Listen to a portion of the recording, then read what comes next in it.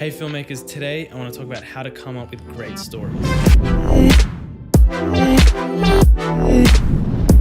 So if you're a writer or you're a filmmaker or you just love writing stories, there's a few things that help me come up with stories that I really like and I really want to turn into a film. So the first thing is write what you know. Sometimes stories come out at you just from the things that happen in your life, the drama that you see or your friends around you, the things that you do. These are all elements that can help you come up with a story. One of my short films called Deep Seated was pretty much inspired by my real life. So it's about a family having breakfast together, and it's literally exactly what happened in my family, with obviously the ending being completely different. One day my family was having breakfast together. My younger sister really hated the sound of everyone chewing and wanted to go turn the TV on. But my dad was like, no, we don't want to turn the TV on because we want to be able to talk. So that part of the short film was literally ripped straight out of my personal experience. So that's just one example of how your personal life can really help you come up with great stories. So when you write it, it'll bring a lot of authenticity and uniqueness to your story. Another example of this is my short film Criminal. So pretty much in this film, a criminal jumps into the backyard and there's helicopters coming around and all that stuff. This literally happened to us.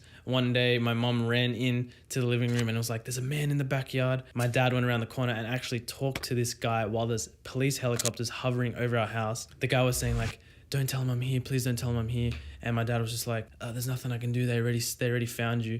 And then he just took off and ran across the street and they caught him in the next house. So in the short film, I took that and put a spin on it. So sometimes you can take stuff that happens in your real life and add a twist or add a spin to it, and you can tweak parts of it to really craft it into a story that has a message. This helps a lot with dialogue when you just listen to people, and I'll talk more about that in another video. But if you listen to real life conversations, it can really not only help you with writing dialogue to see how people really speak, but also inspire you with stories, because characters can inspire stories. So when you see and hear people talk, and you hear about conflicts and you hear about real life, interesting situations, some of these things help you come up with great stories. So the second thing that helps me is starting with a message, something that I want to say. This can get kind of iffy because you don't want to come across preaching a point or being too obvious, spoon feeding the audience some moral of the story. But if you start with a message or something you want to say, or even a conversation you want to start or get people thinking,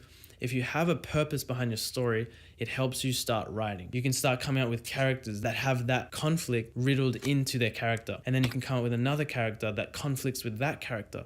And you can come up with a situation that's unique, that you've never seen before in a film, that would be perfect to tell that message. So once you start crafting the story around a message, it really helps you come up with a story that's going to leave an impact with people and really hit people in their heartstrings, or make them laugh, or make them feel like it really relates to them because it's something that has substance. So the third thing that really helps me is getting inspired by some of my favorite films. When I watch a film that I just love, it actually inspires me to write a story. Steve Jobs quoted someone else who said, "Good artists copy, but great artists steal." Now, I think that's kind of cool, but really what that means is you don't want to just plagiarize someone else's idea, because that's completely unoriginal and you won't feel satisfied creating that story because it's literally just ripped off someone else and you didn't put any of yourself into it. You didn't come up with ideas. You didn't actually put the time and creativity into it to feel like, wow, this is a story I'm telling. But what really helps is taking inspiration from great films that you choose from. Sometimes you only may pick a few, sometimes you may source from a whole bunch.